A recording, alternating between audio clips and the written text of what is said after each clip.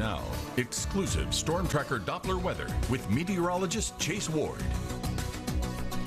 We are starting off mainly quiet. There have been a few clouds that did linger overnight, and we will start off our morning partly cloudy. We'll continue that through the rest of the day with chance for shower thunderstorms for late this evening. And we are tracking activity in northern Arkansas, all the way up towards Missouri and areas just north of Dallas. A lot of different features at work here. We have the upper level features that are sparking up the activity we're seeing now. Also a deepening system back towards the desert southwest. And then, of course, we have Hurricane Gabrielle out in the Atlantic with some other cluster storms following right behind it. So, yeah, definitely a lot ongoing on the first day of fall across much of the country. Temperatures are in the 70s area-wide. We got this morning 71 Monroe, 70 from Ruston to El Dorado. Dew points, they're also still upper 60s, lower 70s. But that forecast will continue to be mild throughout the morning. Then by this afternoon, it's still going to be warm. We push back upper 80s, lower 90s with a chance of thunderstorms. There might be a few places hold off upper 80s between Texarkana and Camden. Now, as we kind of head into this afternoon, evening, we're going to have two different kind of features at work. We have sea breezes of patchy storms across central Louisiana, and then a weak frontal boundary to the north, which will move into Arkansas. And then tomorrow we'll have a more potent frontal boundary which will move through.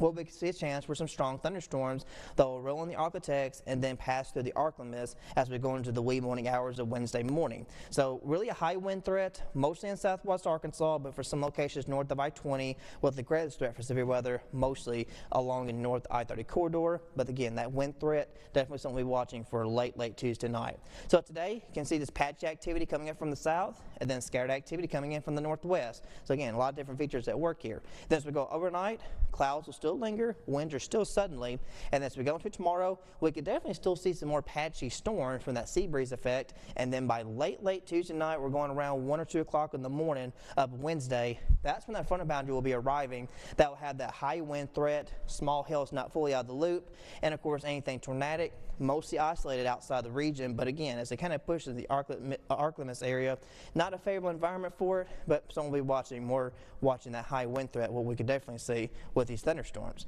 Now here's a quick look at Hurricane Gabrielle. It's currently near the island of Bermuda. It has increased max winds to 120 miles per hour, and it will continue its track to the northeast, and by that point it will start to weaken the further it progresses back out to the Atlantic, and definitely expecting to cause some problems for Bermuda, and also choppy surf and waves, of course, the beaches of the Carolinas and Florida. And back behind it, we're also tracking more clusters of thunderstorms kind of circulating around area lows themselves. So again, a lot we'll be watching as we kind of progress into this week.